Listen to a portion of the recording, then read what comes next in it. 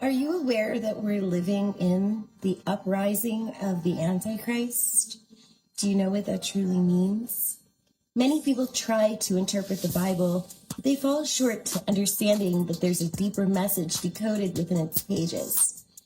I've been teaching theology for a very long time, and my Bible students have come to understand these deeper meanings. I want to share them with you in this video about the Antichrist agenda, what it means, and a little bit about the second coming of Christ. Enjoy.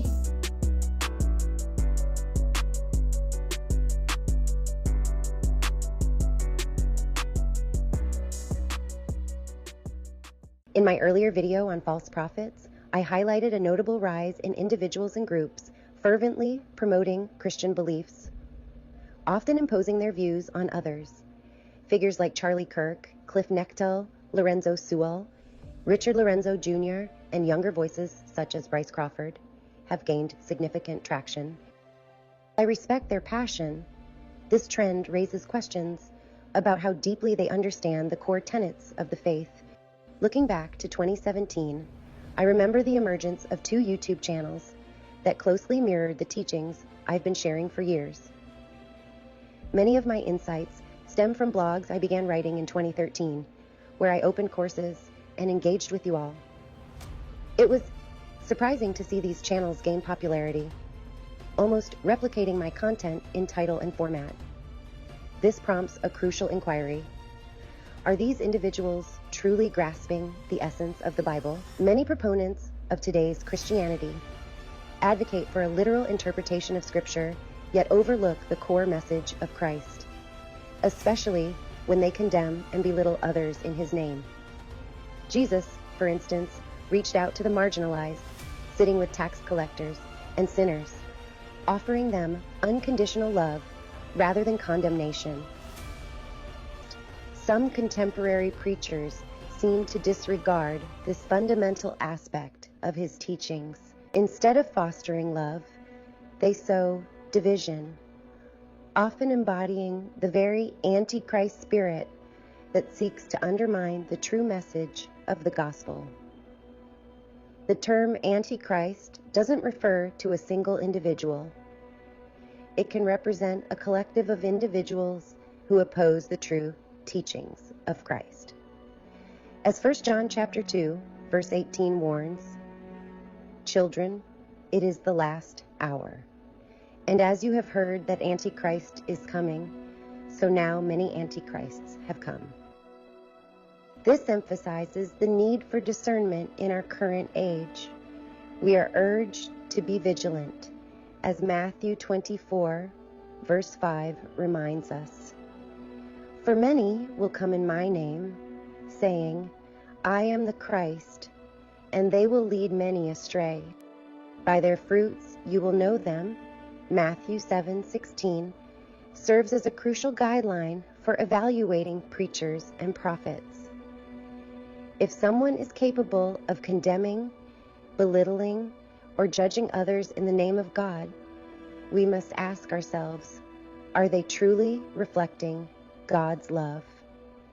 Romans 1:25 warns us against exchanging the truth of God for a lie, a sentiment that resonates powerfully in today's context.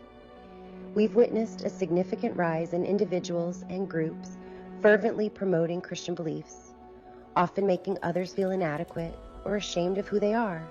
Jesus Himself sat with tax collectors and other marginalized individuals, offering them unconditional love rather than condemnation.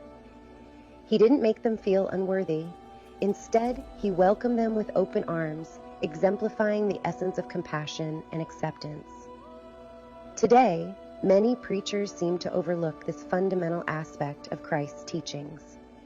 Instead of fostering love, they sow division, often mirroring the very Antichrist spirit that seeks to undermine the true message of the gospel.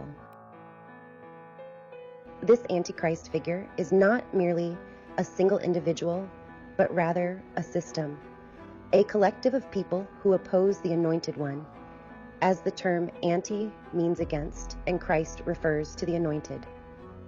This system can deceive individuals into believing that they are witnessing the actual second coming of Christ by performing miraculous acts and making grand promises in God's name, yet ultimately falling short of their word.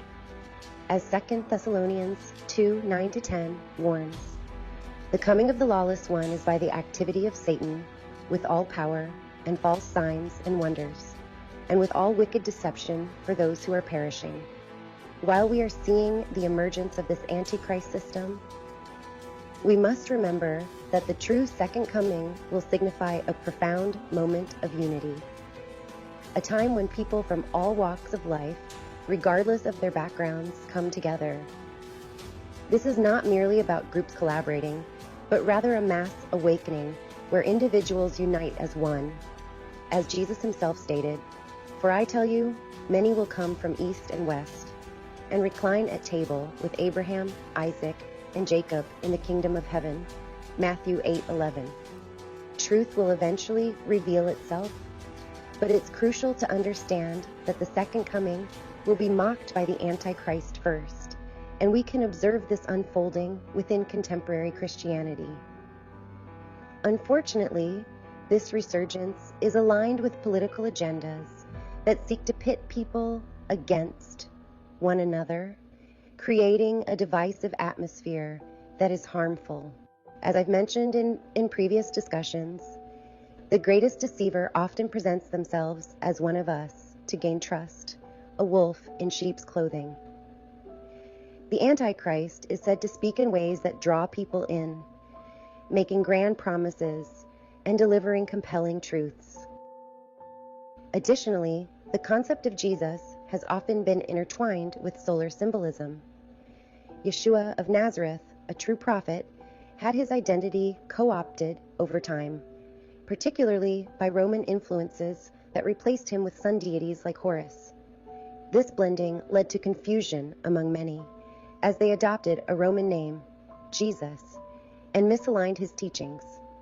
For instance, the association of Jesus' birthday with December 25th coincides with the winter solstice, a time when the sun appears to pause before beginning to rise again.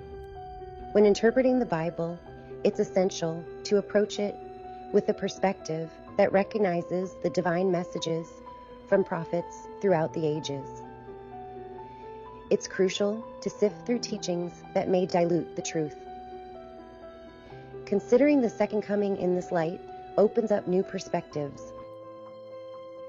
While we are witnessing the rise of the Antichrist, a phenomenon stirring up contention, violence, and division, it's vital to seek the true essence of the second coming. This event symbolizes renewal and rebirth, akin to the sun rising after a long night. It represents a time when we might all experience a collective awakening, an enlightenment that fosters unity and truth, much like how the sun illuminates our world. This transformative period may encourage us to embrace our divine nature and interconnectedness. Just as the sun is the source of life for all, this awakening might inspire us to adopt a new mindset and way of being. Ultimately, there are countless interpretations of these themes, and the sun as a symbol can lead to rich discussions about enlightenment, transformation, and our shared human experience. As we engage in these discussions, let's remain vigilant and discerning. Let's ensure that our faith embodies the true essence of Christ's teachings, one of love, compassion, and acceptance, rather than division and judgment. The Antichrist agenda has been at work for a long time, ultimately led by one who will represent them all. It is crucial to recognize that this figure must seem similar to the true Messiah in order to deceive. As we navigate these complex times, let's remain aware that evil often disguises itself, not presenting with a sign that says, "I am evil," but rather hiding in plain sight. As above, so below, and therefore, it will all align with celestial events, and we are already seeing these signs. I plan to release another video soon discussing what the true second coming will look like and what to expect. My Bible course students will learn more in this subject, illuminationofmetatron.com, in the Bible Untold course. I'm truly excited. But yes, look around you. The mocking of the second coming is already here. Look at the events of today. Thank you for being a part of this conversation, and I eagerly await your insight.